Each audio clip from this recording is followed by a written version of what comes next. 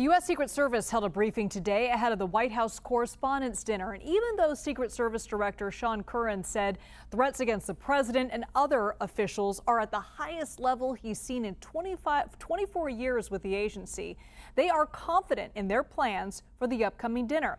I want to bring in CBS News Homeland Security correspondent Nicole Sganga. Nicole, did they talk about how their security plan differs from the last time? And does the change in location play a role in all of this?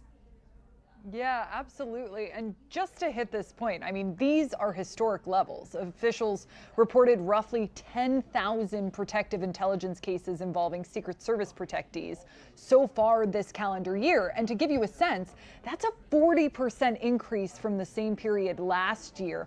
Also 10 times as many mental health related interventions compared to the same point last year.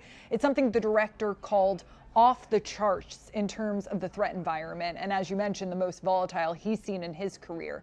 You know, as for the why here, officials are pointing to a combination of online communications, global unrest, terrorist-inspired activity, ideological grievances, lone actors, and again, those serious mental health crises. Some of the cases are becoming more complicated to investigate because they originate online, and some suspects actually never make an explicit threat.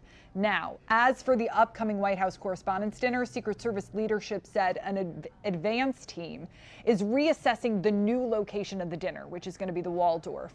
The director emphasized Secret Service develops a new plan for every presidential visit, even when the president returns to a same venue. Obviously, this is a different venue.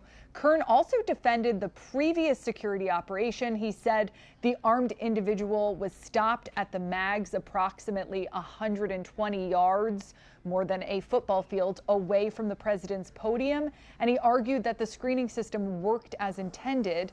Officials declined to disclose operational changes. We asked, but they made it clear this isn't simply a redo. They're treating it as a brand new event.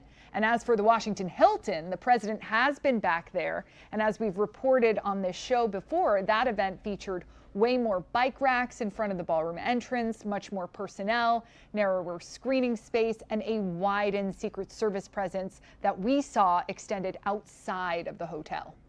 And Nicole, I got to ask you, you were at the last White House Correspondents' Dinner. We all saw you reporting from underneath a table as you were trying to protect yourself, and then later you were on the CBS Evening News. Are you planning on going? Yeah, a scary moment there, and I do plan on being there again this Friday. So, you know, certainly that first experience was a challenging one for those of us who were in the ballroom. But after learning of the way in which security both worked and didn't work, you know, the threat was stopped 120 yards out. And Secret Service has made no secret of their preparations. They are intense ahead of this next dinner. So we'll be there again. All right, Nicole, thanks so much.